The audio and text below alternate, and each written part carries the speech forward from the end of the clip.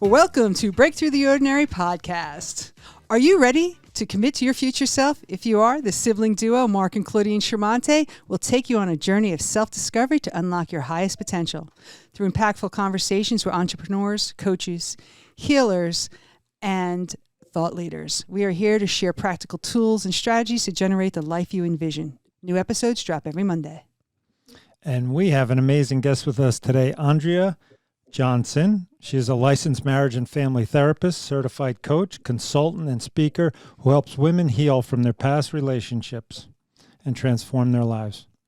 Andrea's experience as a psychotherapist and history in the wellness industry has inspired her somatic, holistic approach. Her work shows how an understanding of the nervous system can change the ways we navigate our daily lives. Andrea founded the Remind Healing Masterclass, which offers a trauma-informed life coaching approach that equips ambitious women with education, resources, and tools to promote healing so they can reach their fullest potential. Ultimately, Andrea empowers audiences and individuals to understand and befriend the nervous system in order to help themselves thrive. Mm-hmm. Welcome, welcome, welcome. Yes. Let's do some thriving. Always. Always. Yes, let's. Thank you so much for having me. I'm so excited to be here and so grateful. Yeah. So are we. So thank you for being a yes. Always being the yes. Sure. So, this to have our listeners understand who you are, like we had the bio, but maybe you could share with us this journey, right? I'm hearing the wellness, psychotherapist and coach. Where's that? How's this come together for you? You know what, Claudine? That's a great question. I honestly, through my own self-development and healing journey, I've kind of created this healing for myself, right? And then actually brought it into my work with clients. So I actually have a history of anxiety and depression.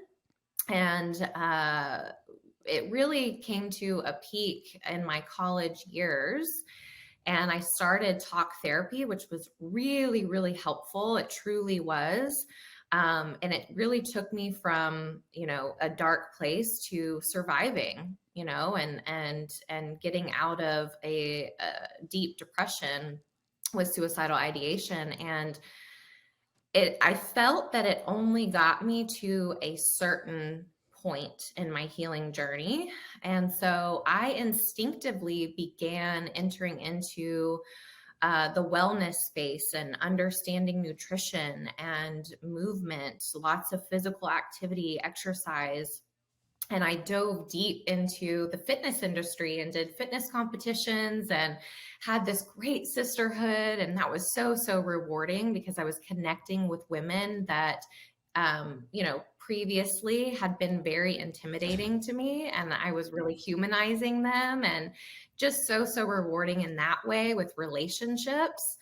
And that led me to realizing that the movement aspect to the fitness industry was taking me further in my mental health. It wasn't just about the physical part of it. It truly was the happiest I had been when I was moving my body. And so that led me to this place of how can I begin incorporating movement into the work with my clients, because I knew for me personally that was so healing.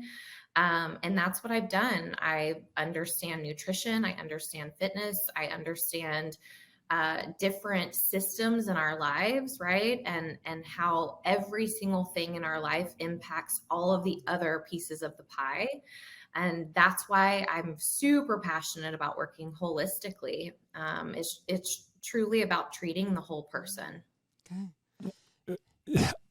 In your introduction or everything, marriage and family therapist, is there a particular, and I understand you bring all these holistic methods in, is there something that you focus on though, or is there like your thing? What's Andy's thing, Andrea's thing? Yeah. So two things come to mind. I am the relationship gal. So that is the entire reason I chose marriage and family therapy. because actually there's a lot of different, nooks and crannies to the mental health industry. And I had no clue which direction I wanted to take. And one day, one of my therapists was like, all right, Andrea, I'm going to ask you a question, and I don't want you to over explain, because he knew me well. I want to I've got to think this through. He's like, no thinking this through. I just instinctively want you to answer this question. And so he said, imagine you're on an island and you're all by yourself and you've lost your mind. You're completely crazy. Does it matter? And I said, no, it doesn't matter. Who cares? I'm by myself. And he said, you're systemic. You are a relationship person. You want to view life through a lens of relationships. And so family therapy is what that's all about. And oftentimes people think, a marriage and family therapist, you work with couples and families, which yes. And I actually mostly work with individuals, but through this lens of how our relationships truly impact the vitality of our lives. And if our relationships are not in a well place, we can't be in a well place, right? So there's that relationship piece. And then the other thing that comes to mind is the nervous system, right? That somatic work, that understanding of what's going on in our bodies and how emotion and trauma it lives in our bodies, and our bodies are talking to us on a regular basis all the time, every single day. And so many of us are so disconnected from our bodies because we've been taught not to trust them, right? You're a toddler, you fall down, your parents pick you up, brush you off and say, you're fine, right? You're fine. And it's like, well, actually that toddler wasn't fine. That toddler was hurt. Right. And that deserves to be seen and heard. And so that's just one very small example of how from even a very young age, it is very common for us to begin this very distant relationship from what we feel in our bodies and what other people tell us we should be feeling and shouldn't be feeling. And so my job truly is to reacquaint you with your body and build that trust and begin speaking the language of your body, and your nervous system speaks to you in sensation, right? And so what does it mean? What's it feel like in your body, and how do I tend to that? I just want to say I appreciate, and it's wonderful that you're working in this, because it's really coming to light now. Evander Cole, there's so many people out there that are really showing the body connection is all there, the nervous system, and that even for trauma healing, relationships are the best way. I think I missed that piece in my healing, that realizing that it's in relationship that you heal better. In the isolation lone wolf, which I played very well, you don't heal as quickly or healthily as that. Absolutely. Oh, I'm so passionate about that because I see so much content floating around out there, and it's great content. It really is.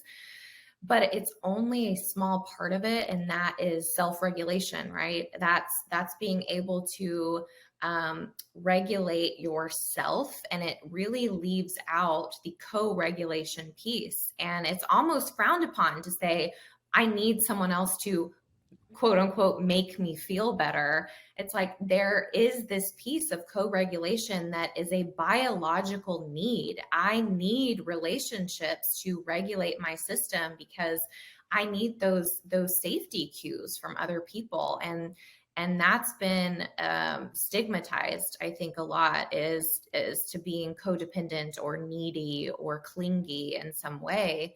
And there's always a reason, right? You're only as needy as your unmet needs. So I think that's a kind of destigmatizing that need for connection is one of the foundational pieces that I work on when someone enters my office. Great. Wow. Thank you. Yeah, I've not heard that line before, but it landed, right? We're only as needy as our unmet need. Yeah. I don't know if our listeners have some of the perspective here. So you've mentioned several things to unpack, but I'd like to go back to even understanding our neurological system, right? Because you're right. I think we think like, oh, well, my head, And like, right, like that, or Mhm. some people go head and heart. Okay, right, like it's my heart. But let's talk about, right, the design of that. Like what is it that we hold? Yeah, This great, it's our great computer, right? Right, like this might be our motherboard or absolutely. head, but yeah, we got a great computer here. So if you could, share that a little bit more for our listeners. I would love to. It's my favorite thing to talk about. So, by all means, I would love to share. Our nervous system is really the heart of our daily experience. It is constantly Yeah. scanning our environment, both external and internal, for danger and safety cues. And so it actually runs from the base of our brain all the way down into our gut. And if we can kind of envision that as a ladder, right? It's a ladder. And we move up and down this ladder in a hierarchy. And hierarchy meaning there is a very predictable order in which we move down this ladder and up this ladder. So, up at the top, which is in our bodies, connects our heart to our face, really, is the ventral state. And ventral state is at the top of the ladder. This is where we're really safe and really connected. This is where we're regulated. This is where we can problem solve. Our prefrontal cortex is completely online. And so when it doesn't mean life is perfect, but it does mean when stress is coming at us, that we can use logic and reasoning to maneuver our way through, and we can remain connected to ourselves, connected to others, connected to a higher being or power, no matter your beliefs. It's just that safe, regulated connectedness, very social, right? Then, as stress comes at us, and this is in our daily lives, but also, and we can dive deeper into this, but trauma has a huge impact on this. But our nervous system begins to detect danger cues, right? These threats. And so what happens is at that point, we dip down the ladder into the sympathetic state. And our sympathetic state is what many people know as fight or flight. And this is where our body actually gets a surge of adrenaline. And because it's gearing up to be mobilized, right, to take action so that it can fight the danger off, the threat, or it can flee from it. And this is where a lot of anger and anxiety lives. This is just a very mobilized state, and we have a sense of urgency to take action and do something to control the situation so that we can feel safe again. Then if more stress continues to be added on to us, and in that sympathetic state, we were unsuccessful at reaching safety, our bodies will move us down into the bottom part of the ladder, and that is dorsal. And this is in our physical bodies, down in our gut. And dorsal is shut down. Dorsal is safety through disconnection. It says, this is my last ditch effort at protecting you. And since you cannot fight or flight from the danger, I am going to disconnect you from the experience to protect you. This is where depression lives. This is dissociation, a fogginess. It's just very, very disconnected and collapsed. It's a limp collapsed. So this shouldn't be mistaken with freeze, right? Because freeze is very stiff and very wide-eyed, and that's actually a combination of sympathetic and dorsal. Dorsal is limp, okay?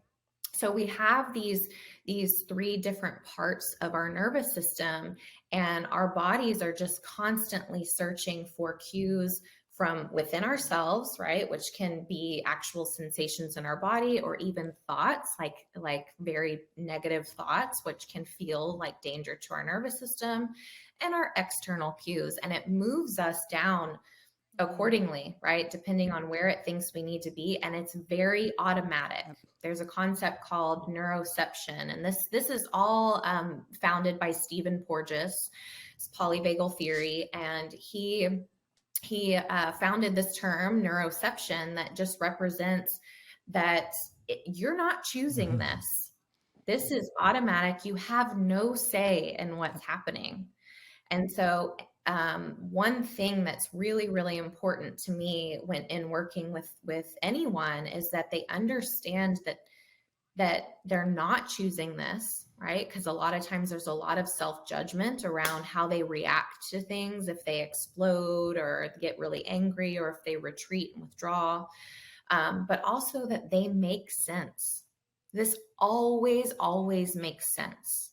And that judgment people have of themselves and their experience tends to make them feel like they're broken or it's random in some way, and it's not. It always makes sense depending on all of the information that your nervous system has taken in over the years, which goes into the trauma piece of things. Can I just go a little deeper on that? Sure. Because Of course you can. I appreciate that's a very clear explanation of what's occurring. And I do want to add trauma in there for a moment because that's life. You just gave us an explanation of where we're automatically managing and through our lives. When we add trauma, how would you say that also impacts our ability to readjust, self-regulate, and what the safety cues are then? Oh, it impacts it a ton. So basically, a very healthy nervous system is one that's really flexible. And so it breathes, it expands and becomes on high alert and goes into sympathetic when it needs to, and relaxes when it's safe again. And when we experience trauma, oftentimes it gets stuck. It gets stuck in sympathetic or stuck in dorsal, and it is inflexible. And so it's not breathing as well as we want it to. And it's doing that again for survival reasons. So it's doing that strictly to protect you. And oftentimes, people begin to, we do the psychoeducation piece of what's happening within their nervous system. They're like, okay, how do we fix it? Right. And it's like, I get the sentiment of the question, but it's also not broken, right? Yeah. There's nothing to fix in a sense because your nervous system and your body is doing exactly as it should be doing based on your experiences. It's more about how do we more often bring it safety. And a lot of times, if you have a traumatic history, right? And actually, let me pause a second because I think it's really, really important to talk about the difference between big T and little t trauma. Because when people think about trauma, they often think of acute experiences, like one or several. Yeah, and I think that's important for us to distinguish. You're right, because there are. I never want to say to somebody, you really weren't traumatized that badly. But I appreciate you're making a distinction. Yes, we all have trauma. I'm going on a limb here and saying we all have trauma. It's not a very far limb. We agree. I'm pretty confident in saying that. But yes, big T trauma is what people in general think of when they hear the word trauma. It's war, it's combat, it's near-death experiences, it's abuse, it's being mugged, right? It's these acute experiences. But little t trauma is there are things that we all have. It's feeling unseen, unheard, misunderstood. It can be chronic teasing. It's little t trauma challenges your self-worth is what it does. And so we carry that with us. And so as we have those experiences of trauma, our nervous system begins to obviously detect those experiences as threats, and it stores that. So then in our adult life, right, as we're living and going through our daily experience, our bodies are holding on to certain tones of voice and feelings that we have and sounds and scents, and on a body level, not even on a conscious level. And so all of a sudden you're at a work meeting and you're really triggered by someone, or you overreact to something, right? And you're not really sure, but it's your body really kind of telling you, I'm sensing something that's unsafe, right? And it's because of a feeling that you're getting, that your nervous system is picking up on in your interactions or in your environment, and your body has stored all of that information. Yeah. Mm. I just want to say, as you're speaking, it almost feels as if these little traumas are just where we're not safe. Like that there's, when you're not safe, there's a little trauma. Because if you're feeling safe, that trauma is not really coming in because there's a safety. But it just hit me when you were saying that. I recommend people work on themselves, coaches, therapists, whatever. But do you have some tips for our listeners or strategies that they can start to implement to start, Absolutely. looking at this or creating safety, whatever it may be? Start the process. So just like there's a very predictable way in which we move down the ladder, there is a very predictable way in which we can move up the ladder. And so when we are in dorsal at the very bottom of the ladder, right, that shutdown state, we need to introduce energy back into the body. Okay, so safe energy. And I can talk about exactly what those safety tools are. Yeah, please. When we move up into sympathetic from there, right? If we incorporate and bring energy back into the body and we move up into sympathetic, sympathetic is actually too much energy because that adrenaline is coming into our bodies, and we need a safe way to discharge that energy. As people, we constantly thwart our biological need to discharge energy. So, for instance, if you can imagine an antelope grazing in a field, okay, and that antelope spots a lion. That antelope gets that surge of adrenaline and is immediately put into sympathetic state so that it can fight or flight and be successful with that short burst of energy. And it bolts, right? It's out of there. It is so out of there. Mm-hmm. Now, as soon as that antelope says, I've escaped and the lion is gone, it immediately reaches ventral again, that safe and social, really quickly. And its entire body shakes because any excess adrenaline that's left in its body, it's getting rid of. So, and it becomes safe again, right? And people, we're not the same because we don't reach safety that quickly like that. And partly due to the fact that we thwart our biological need to do things like shake. When our bodies want to fight someone, well, it's not really socially acceptable to deck you in the nose, right? When our bodies want to flee and say, I am so out of here, we stay on the elevator anyway with someone who's really igniting a discomfort in us, right? So we're thwarting our biological need constantly, and we're not doing anything to tend to our bodies and say, you have too much energy in your body right now. In order to reach safety, I need to do something to discharge it. And in dorsal, you are really shutting down right now. You have a lack of energy, and I need to safely bring energy back into my body.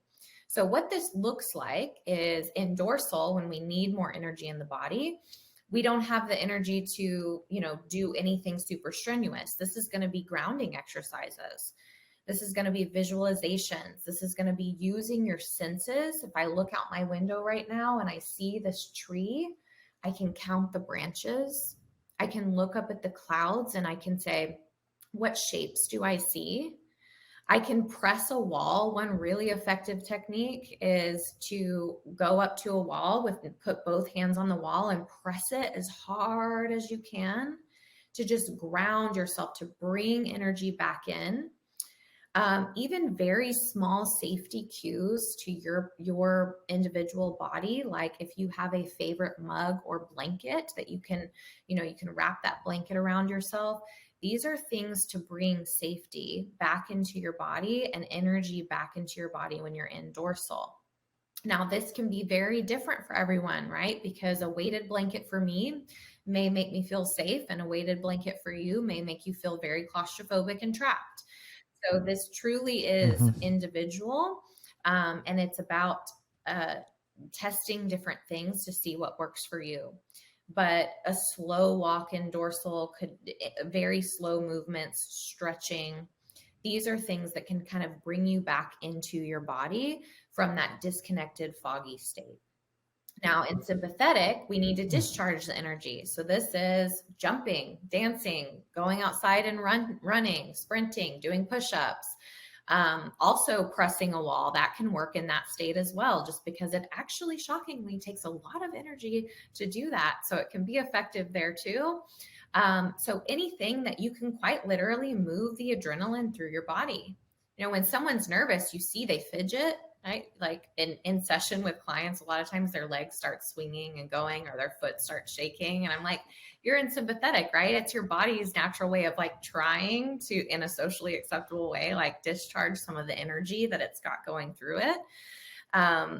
But we have to be really intentional about this. So I actually have a regulation resources menu that I give to my clients, and they begin practicing some of these resources to discharge energy or bring safe energy back into their systems, and they develop like go-tos for them that really bring safety to their bodies and move them up into ventral again. Yeah. This is amazing. And I want to follow up. There's one thing I want to say is my dog, I realize, does that. When she's anxious or she felt a separation, you left and came back, or she'll shake. And I realize that's what she's doing. She's releasing all that energy in her body and all that tension, anxiety. But I want to go deeper, because I'm thinking we've become a very sedentary species. So I was wondering if you could, maybe you have the answer, because I don't at this moment. We become sedentary. And so we're sitting on the couch and we have all this adrenaline and we're not moving, but we continually do it over and over. We're sitting more. And what is actually happening to our system? Because if you have all this adrenaline you need to fill out or experience or let out, and you keep doing it day after day, what actually happens to the body or the system? It will choose to discharge it for you in a way that you don't want it to. Yeah. So you'll yell at your spouse, snap at your kids, be super irritable at work. It will get the energy out eventually. And that's why a lot of people will have their quarterly or monthly meltdowns, right? Where they've ignored it for so long, and all of a sudden your body's like, all right, you're not listening to me, so let her rip, right? And it just discharges it. And a lot of times people feel better physically after that, but then the guilt comes from the way that they reacted, and the shame comes, and they think that they're broken and something's wrong with them. And it's like, well, if you listened to your body and you really attuned to it and you didn't ignore it and you spoke its language, well, and you actually took action to tend to the needs, we probably wouldn't have ended up here. Right. And it's interesting because when individuals, in their relationships, they have spats or arguments, big explosive arguments, whatever it is, whatever it looks like. This is where co-regulation is so necessary, and where we can get in a vicious cycle of just triggering each other back and forth, back and forth, back and forth. And I witness it in the couples that I do work with, and I see it happen. And it's like one person has to bring safety to the other person's system so that we can stop the cycle, but no one's doing that. So if you can imagine, if I jumped out behind you right now and scared you, you would, playfully, right? You would, right? You'd go straight down into sympathetic. Your eyes would go wide. Your heart would start to race. You might start to sweat, and you'd be ready to either flee or fight, right? Punch whatever's coming at you. Well, what happens is, in those playful moments when somebody is scaring you, is you immediately get co-regulation safe cues from them, because you turn around, they start laughing, their face is happy, it's smiling, it's someone you know. And so you're able to move out of the sympathetic pretty quickly. And there's that co-regulation piece to it. That's actually someone else's system and the cues that they're sending to yours, bringing you safety again. Well, when we're in an argument, oftentimes it lacks those cues of safety, because your eyebrows are burrowed, your voice tonality is very stern and deep, and that's a cue of danger, right? Those deep sounds like a growl, or those high-pitched sounds like a shriel, a scream. Those, we really attune to those sounds for danger so that we can hear the screams or hear the growls. Those are cues of that are sending my system into this even more dysregulated state. And it just keeps going back and forth until usually someone shuts down, which also, it feels like that disconnection. And so that feels unsafe. And it takes a lot of times it takes space and time for our nervous systems to naturally settle down a bit so that we can actually re-engage in a conversation where our prefrontal cortexes are online, like we're safe enough to have the conversation so we can actually do it from a place of love and from connection. But when you're dysregulated, it's like, forget about it, right? Mm-hmm. Yeah. Can I just follow? Sure. Because something's happening for me. I don't know. I just had an aha moment before when you were talking about sedentary life, and then you were saying you explode once in a while. But I was thinking that if you don't explode, is that where, maybe research, I don't know if you do, Claude, is that where cancer, illnesses come? Is it that overload that we're holding in and maybe we don't explode? I'm not a big explosive. I have them rarely, but I would think that is absolutely okay. That was the hard. So You're holding all that adrenaline in your body and what it does. Right. Stress. Right. And those emotions, they live there. One of the, I don't know if you've heard of still pointing, and it's still new to me, but I'm exploring it. And that's where, you take somebody through a body scan on their own, right? Where you're really taking them deep into their body and noticing sensations in their body, and then feeling into certain parts that feel tight or sore or pain, dull sensations, and actually working with that spot in the body to name an emotion that comes up when they feel into that part. And as you just go deeper and deeper into the layers for people, it is amazing at what they can release by just starting there. It's like there are memories that live there, and there are things that come up for them in that exploration where they're like, there's a memory there, and that instinctively comes to them, and we work on that memory. And when they release and heal that part of themselves, lots of inner child work, like we talk to intend the child, that's when all of a sudden their pain, even in one session, can completely be alleviated. It's really incredible. This really is where we are, the holistic, right? Mind, body, spirit there's not a separation. It's really one line. Yeah, it truly is. Yeah. Mm-hmm. And, we've used the word safety several times contextually in this conversation. And I just want to, again, give some of that distinction so our listeners understand what you mean, because, there's the physical safety, but you're also talking on another level here. Yeah. And I think that's important to understand. And the scanning, what's the self conversation, right? You had said it early in our conversation, like, be aware of your sensations. I will tell you, I know I work with people who are not even aware of their physical sensations. Right. So, if we can speak into safety and other ways of checking in with ourselves that perhaps, you also suggest. Mm-hmm. This is, and I want to make sure I answer your question, but my mind, this I think will help, but my mind is going somewhere. And that is that our story follows our state.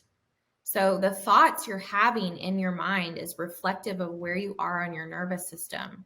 And so an example of this would be if I went on a job interview and I didn't get the job, someone who's in ventral and they're up the ladder enough, they might have a story that, well, dang, I really wanted the job. That would have been a great job to have, but it clearly wasn't meant for me. And I know that I'm going to get more interviews and I'm going to find just an even better job for me. Then in the sympathetic, someone who's really aroused, right, who's very in that anxious, mobilized state with that sense of urgency, is going to say, probably maybe have some anger, right? Those, I didn't like them anyway. That place totally sucked, right? And then they might have that sense of urgency to take action, which would look like, I'm getting on Indeed right now, and I'm applying for at least 20 jobs, and I need to have 3 more interviews by next week. So that sense of urgency. And in dorsal, it would be, why do I try? I'm never going to find a job. I give up. No one likes me. I'm not good at anything. Forget it. Right? So very shut down. So the narrative that's going on in your mind is just a symptom of what's going on in your nervous system, what's happening in your body. And if you can regulate it and use some of those safe resources to bring you up to ventral, again, prefrontal cortex online, you're using a lot of logic and reasoning there. You're not taking things personally. And so the tricky part is when we're not aware of that and we just let our minds go, right? Then those thoughts they become internal danger cues, which keep us down the ladder. So someone who's in that, say, shut down state, who's in dorsal, forget it, I'm not good enough, I give up, why do I try? Those are internal threat cues to your nervous system, which is sending you further into that state. And so it's a really beautiful thing when someone can observe their thoughts and say, wow, based on the thoughts I'm having, I can recognize that this is a representation of what's going on in my body. And I need to use my body to reach a level of safety so that my thoughts can change. So this whole change your thoughts, change your life thing, like, okay, in a perfect world, great. I guess sometimes that can work, but it's super ineffective for most people because your thoughts are just reflective of the nervous system state. And if you're not using your body to bring safety to yourself, then you're kind of just, and people say this, they're like, I'm just lying to myself. Like I can say that affirmation, but I don't believe it.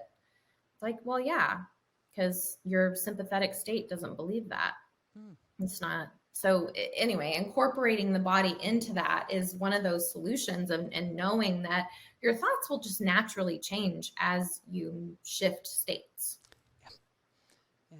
It's a really powerful piece. I always do say that, right? If you want to have a different experience, moving your body or state change is a real way. And then you can then look at the same experience from this new state, and you really have a different interpretation.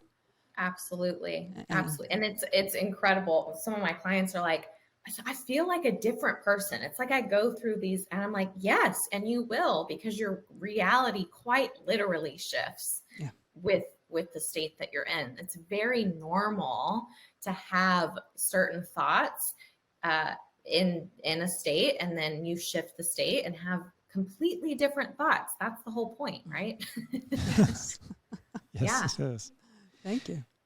On a very basic level, how can people know that they're unsafe? What are the cues? What are the things in a very simple, by the time they're working with you or something, you're really going through it. But I mean, in their lives, how would they know?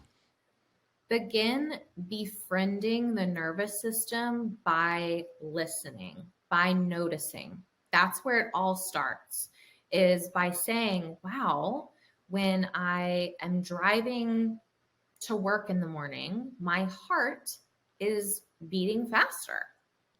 Or when I am walking, I feel like I can take a deep breath. I feel like I can breathe deeper than I normally do.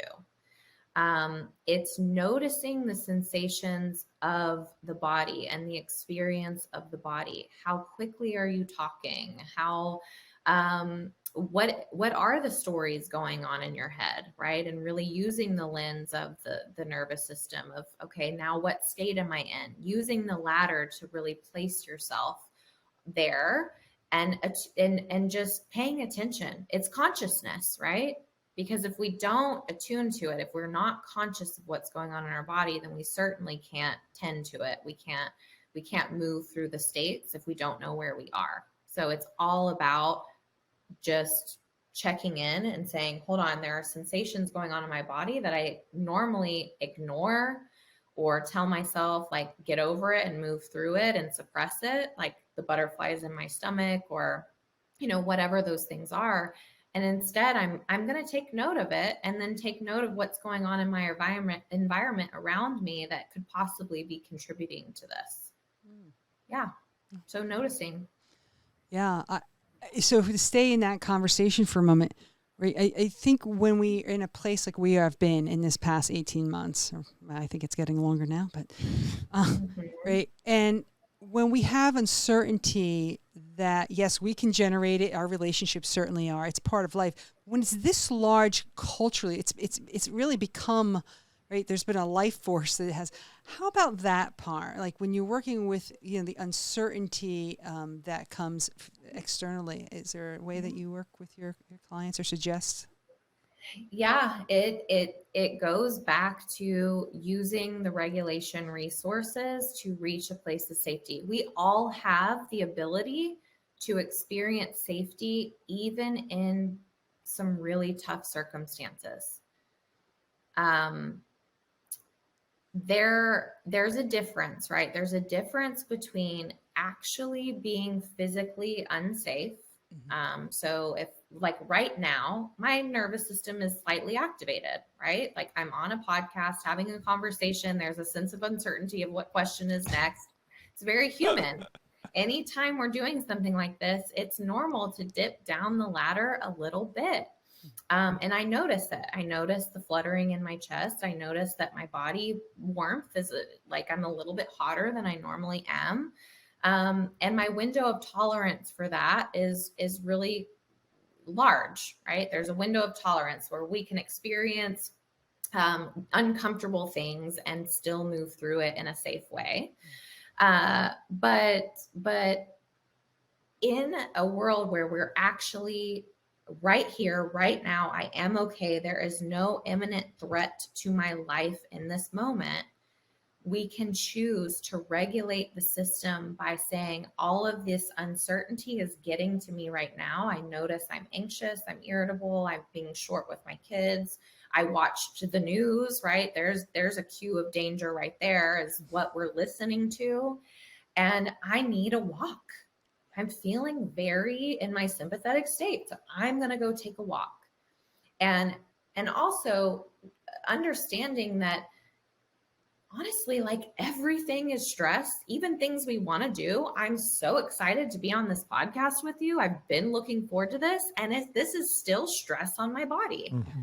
And so I block out time between clients, after podcasts, after speaking engagements, to tend to my nervous system, to kick my shoes off and go in my backyard and put my feet in the grass and really ground, to stretch and breathe and be very, very intentional, so that I can, discharge some of the adrenaline that's in my body. And so we have to do this throughout our day and be intentional all the time. It's not about just waking up and being like, I'm going to work out and that's going to get me through the day, and I'm going to be in ventral, like ventral queen. No, it is about saying, okay, let's make a ventral sandwich here, right? Where we are safe. And then I do something that is, maybe adds a little stress to my system. And then I'm going to sandwich that with something that's going to help me regulate. And then I'm going to do something else that's a little stressful to my system. And now let me tend to it and bring safety to it. And this happens throughout the day, all day long. Yeah. And listening. Yeah. Oh, that was a great example. And I appreciate that you said it's not a one and done. It's an attending to, right? It there's an intentionality even in our idea that I'm fine. Right. No judgment, but attend. Attend, yes. Yeah. And over time, I'll get the question sometimes, like, is that it? Like, really? Like, that's it? And yes. Because over time, the more your body experiences safety, the more it can be safe. Yeah. So when people are spending a lot of time activated, sometimes just sometimes it feels unsafe to be safe. So for instance, asking someone who lives in a sympathetic state to meditate, it's probably not going to feel very safe to their system because meditation takes a stillness. Meditation and stillness is a combination of dorsal and ventral. It's I am safe enough to be still, to shut down, right? And someone who's living in sympathetic and very, very activated, they struggle with meditation a lot because their bodies are like, oh, heck no, sister, not happening. Yeah. And so that's why this really is super individualized. And when it comes to the nervous system, this is not a no pain, no gain thing. This is a doing things slowly. And yes, you're going to push yourself a little bit at a time to say, I did this. It was slightly out of my comfort zone, slightly, and I'm safe. And I'm going to do that again and bring safety to my system. And I'm going to do it again and bring safety to my system. And now my baseline is better than it was. And now I'm going to push myself further and bring safety to my system so that your system can become safer and safer over time. It's truly giving it these doses of safety slowly. Slowly. So we're not trying to force or push anything too strongly because that equals danger and you're further traumatizing your system. Yeah. I'm thinking about the trust and confidence you build in your system too, so that when you do go there, there's the safety and trust of like, oh yeah, I got you. Right? Like I know that you know how to take care of me. It changes the story internally too. Yeah. Absolutely. Yeah. And there's such beauty just in that process of like your body being like, oh, you've got my back now. Yes, you know, exactly. Literally. Like we have a relationship now and you're not shaming me because you think I'm failing you and that I'm out to get you, but you understand that I'm trying to protect you and you're protecting me now too. Mm. And that is the ultimate safety, right? We trust ourselves and our bodies. Yeah. Just to piggyback on that for a second. So what can a person in dorsal do? So, because I've heard people try meditation and they're like, it's not working. No, and sometimes for me, so I'm wondering what in that state, what do you do? Mm-hmm. What do you do? Yeah. I have no idea. So some examples would be watching a fire. It's sensory, right? Like coming back into your body. And so things that you can look at, things that you can smell a candle. These things don't take a lot of physical energy, right? But you can, it's a safety cue, things that just feel good, right? When you smell something really warm, you smell your favorite meal, you eat some hot soup, you wrap yourself in that blanket, you hug a pillow, you hug an animal. Talk about co-regulation. This is why animals are such a wonderful thing, because for someone who's been, who has trauma, big T or little t trauma, oftentimes people are just unsafe. We don't trust people, but animals can offer the co-regulation piece to our systems that people can't, right? Because our system is triggered by people. But so animals are really, really effective. Listening to music that feels really good to your system, right? And actually listen to it in your body. That's one of my favorite things to do is when a song comes on, I want to know like what part of the nervous system does this send me down into? If I listen to like some really depressing Beethoven, I'm probably going to feel like more in dorsal. If I listen to Baby Shark that my toddler wants to listen to, all day, every day. Like, I'm pretty sympathetic there, right? I'm like, baby shark again.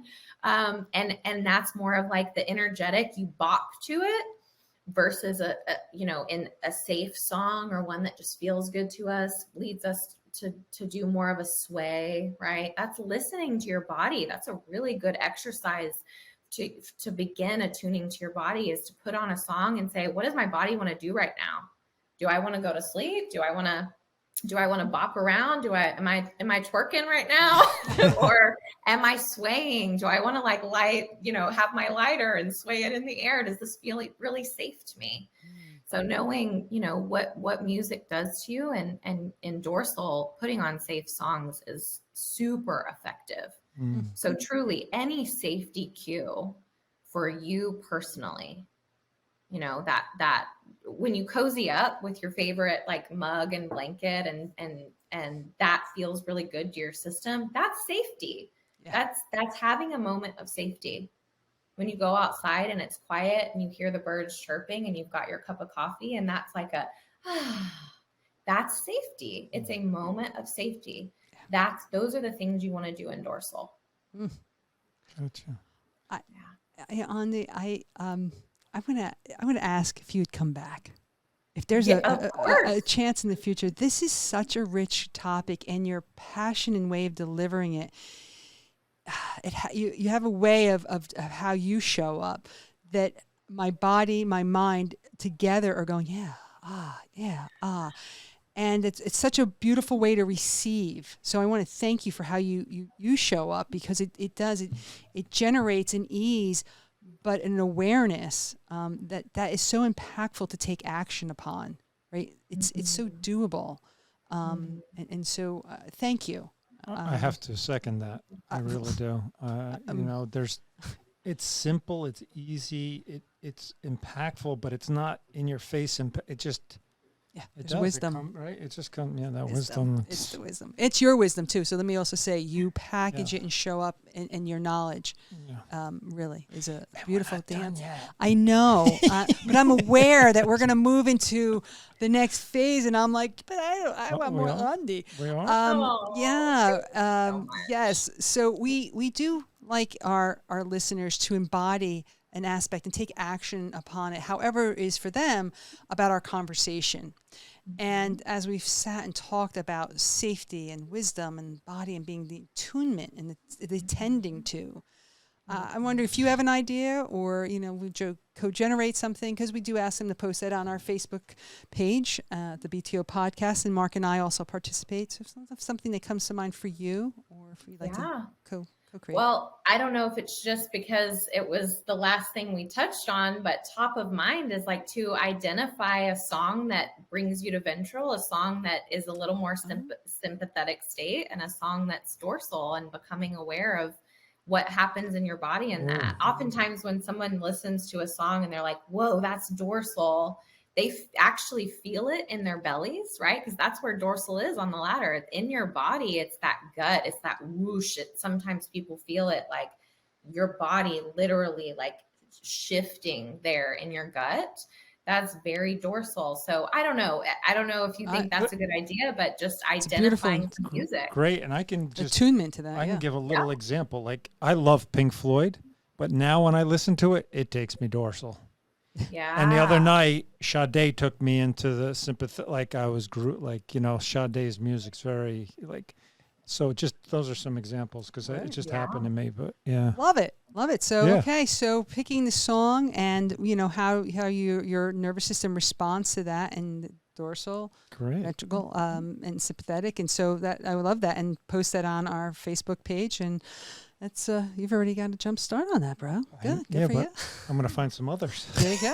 Going on an exploration of But before we, get into our quick, if there's any last pieces of wisdom or how we create safety for each other that you can share, and Sure. The best thing that we can do for one another is to regulate our own systems and maintain a ventral state, so that when our loved ones or anyone we interact with is down their ladder, if we can hold the line, right? If we can hold ventral in ourselves, their nervous systems will pick up on our safety and it will bring safety to them.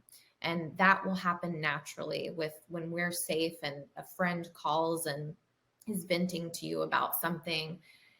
I can't regulate you if you're venting to me about something if I'm dysregulated with you.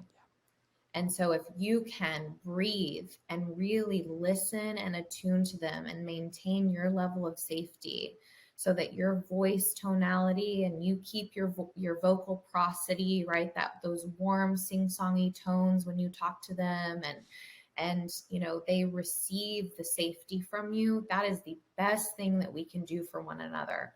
And we do that and we maintain that window of tolerance and maintain ventral by doing exactly what this entire podcast has been about, and that's tending to your nervous system.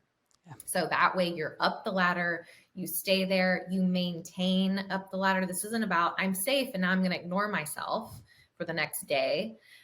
This is maintaining your safety too. So yes, the best thing you can do for your loved ones, for humanity as a whole, for the barista at the coffee shop who puts the wrong milk in your coffee, is to maintain a level of safety, because then it's really not that big of a deal, right? It's not, mistakes happen and you know they're human, and our interactions are just so much warmer and safer for one another. Thank you. Yeah. So Andi, what does love mean to you? Ooh, love means Ooh, you really just threw that one out there at me. I love this question. What does love mean to me? The word that's coming to my mind is just warmth in your body.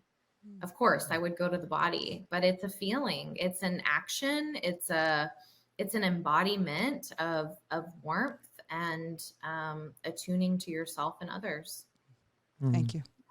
So we might as well, what does God mean to you? What does, say that again? God mean to you? God mean to me? Oh my goodness. I thought these weren't gotcha questions.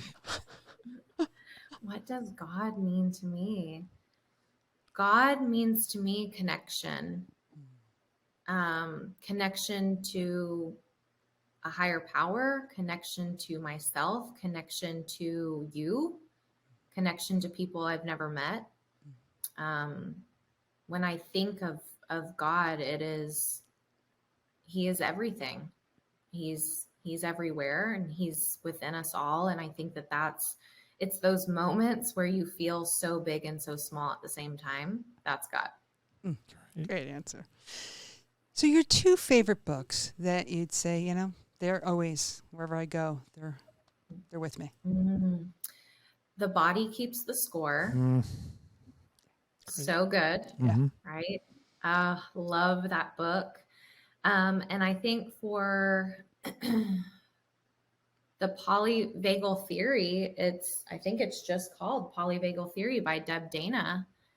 She speaks to exactly what this whole podcast was about. And it's a good, simple read in layman's terms, for everyone, truly. So I think that, that book, it's an easy, quick read and can make such a difference in someone's life. Yeah. So in the genre of safety and everything, where do you feel the most vulnerable and how do you handle it? Where do I feel the most vulnerable? How do I handle it? You know, the most vulnerable I ever feel is when I am authentic to myself. It's the best I ever feel, but it's the most vulnerable because I still recognize that I have these beliefs that I have to be very aware of what I should and shouldn't be. And, you know, that comes from society, that comes from family, that comes from my own experiences with trauma. And I think that when I live out loud and I live boldly and I talk about my story and I'm just fully fully seen, that's really vulnerable for me. And I handle that by loving myself through it, by acknowledging little Andrea that lives inside who wants to go back in her closet and hide and not show the vulnerability. And I love on her and I talk her through it, and then I do it anyway. I really appreciate you sharing that. Thank you. Yeah. I want to say, you're speaking before, talking about the safety, the self-regulation, and I often use an analogy with my clients as saying, it's like a fall day when you put on your sweater for the first time. And you go, or like a lot of people like the texture of very soft cotton, and there's a whole body, And I want to tell you, you're a whole body, You are. And I've had the honor of working with you in brief ways, but you always show up as a full body. So thank you. Thank you, Claudine. You got me crying over here. It wouldn't be a moment with Andi if I didn't shed some tears. It happens every time. Yeah, you show us someone who's so safe and really in that space. So I want to thank you for what you've brought forth today with us and for our listeners. It's a gift, and thank you. Thank you for always doing that. A woman so worth following and working with. Yes, yeah. So thank you, and thank you for this yes and a future yes. We got that recorded. Right? Yeah. Yes, always yes. I adore you and love what you're doing with the podcast, and I appreciate each of you and for how you show up and offer such value. So thank you for having me. You're welcome. You. And I will see you next week. And a program that Andi's doing right now is the Confident Coach, also as well as Rewire, which is your masterclass, but also your group program on the Confident Coach. So Awesome. I'll see you there next week. I'll be in the show notes. You can get in touch with her. Yeah. Yes. Yeah. So for that, I wish you a beautiful day and thank you. Thank you so much. You're welcome. And I want to thank everyone for listening to this podcast, for listening to the Breakthrough, the Ordinary podcast. We hope you've enjoyed this episode and our deep dive into effective tools of creating safety and wisdom, listening to the wisdom in your body to attend to so you can live your extraordinary life. If you'd like to support this podcast, please post on social media and follow us at the BTO Podcast on Instagram, Facebook, and Twitter and YouTube. And until the next time, see you then.